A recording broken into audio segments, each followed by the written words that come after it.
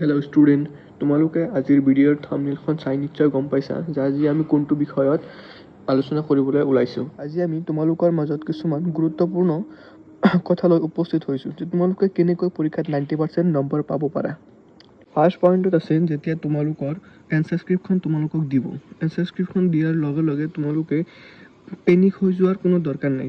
Panic হৈ নাযায় কেনে স্থিৰ মাইণ্ডত তোমালোকে তোমালোকৰ নাম, ৰোল নাম্বাৰ, ৰেজিষ্ট্ৰেশ্যন নাম্বাৰ চব ভাল কৰি আনচাৰ স্ক্ৰিপ্টত লিখিবা। লিখাৰ পিছত আকৌ এবাৰ চেক কৰিবা যে তোমালোকৰ ৰেজিষ্ট্ৰেশ্যন নাম্বাৰ, ৰোল নাম্বাৰ তোমালোকে ঠিকেই লিখিছানে নাই। এইখিনি কাম কৰাৰ পাছত আমি এতিয়া 2 নম্বৰ পইণ্টলৈ আগুৱাই যাম।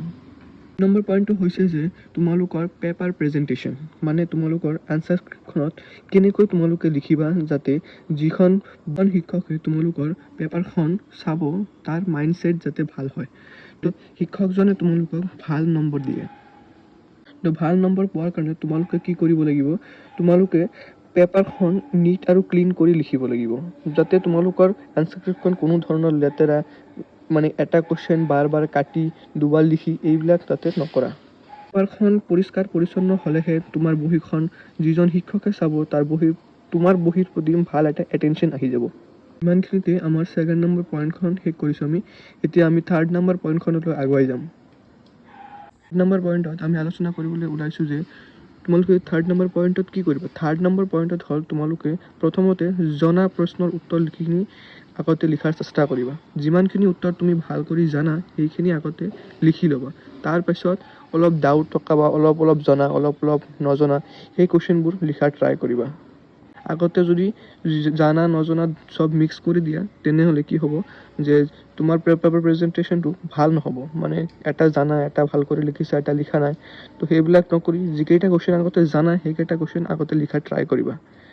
4th নম্বৰ পইণ্টত আছে যে প্ৰশ্নৰ উত্তৰ লিখাৰ পিছত ভালদৰে কুৱেশ্যন নাম্বাৰবোৰ চেক কৰিবা যে প্ৰশ্নৰ উত্তৰ ঠিকে আছে নে নাই। যদি তোমালোকৰ প্ৰশ্নৰ উত্তৰবোৰ ঠিকে আছে আৰু কুৱেশ্যন নাম্বাৰবোৰ ঠিকে আছে তেনেহ'লে তোমালোকক কোনো ধৰণৰ টিচাৰে কোনো মাৰ্কছ কাটিব নোৱাৰে। আৰু যদি তোমালোকৰ কুৱেশ্যন নাম্বাৰবোৰ ঠিক নাই তেন্তে তুমি যিমান ভাল কৰি লিখা কিয় তুমি কিন্তু নাম্বাৰ নোপোৱা।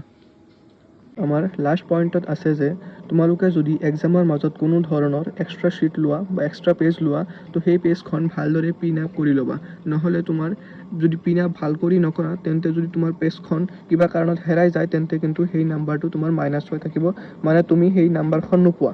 তো ভাল কৰি চাই ভাল কৰি পেজ নাম্বাৰখন এৰেঞ্জ কৰি ভাল কৰি পিন আপ কৰি দিবা তেন্তে তোমালোকে নাম্বাৰবোৰ পাই যাবা। কোৱা ধৰণে যদি এই 5টা নিয়ম ফ'ল' কৰা তেন্তে তোমালোকৰ এক্সামৰ মাৰ্কছ কোনেও কম কৰি দিব নোৱাৰে। উপযুক্ত নিয়মখিনি যদি ফ'ল' কৰা তেন্তে তোমালোকৰ HSLC এক্সামত 90% পোৱাতকৈ তোমাক কোনেও ৰখাব নোৱাৰে। যিমান তোমাৰ পেপাৰ প্ৰেজেণ্টেশ্যন ভাল হ'ব, যিমান তুমি নিট ক্লিন কৰি লিখিবা, যিমান তুমি সঠিক উত্তৰ লিখিবা, সিমানে তোমালোকৰ এক্সামিনাৰৰ যিজনে তোমালোকৰ বহীখন চাব সেই মানুহজনৰ তোমাৰ বহীৰ প্ৰতি এটা ভাল এটেনশ্যন আহি যাব। তো ভাল এটা এটেনশ্যন আহিলে তোমালোকৰ নিশ্চয় ভাল মাৰ্ক পাই যাবা। তোমালোকৰ যদি কোনো ধৰণৰ অসুবিধা থাকে, কোনো এটা পইণ্ট বুজি পোৱা নাই তেন্তে তোমালোকে কমেণ্ট যোগে জনাই দিবা। আমি তোমালোকৰ প্ৰব্লেমবোৰ ছল্ভ কৰা ট্ৰাই কৰিম। তো এনেধৰণৰ এডুকেশ্যনেল আপডেট পোৱাৰ কাৰণে তোমালোকে আমাৰ চেনেলখন ছাবস্ক্ৰাইব কৰি দিবা। তোমালোকৰ বন্ধুবৰ্গৰ লগত চেনেলখন শ্বেয়াৰ কৰি দিবা।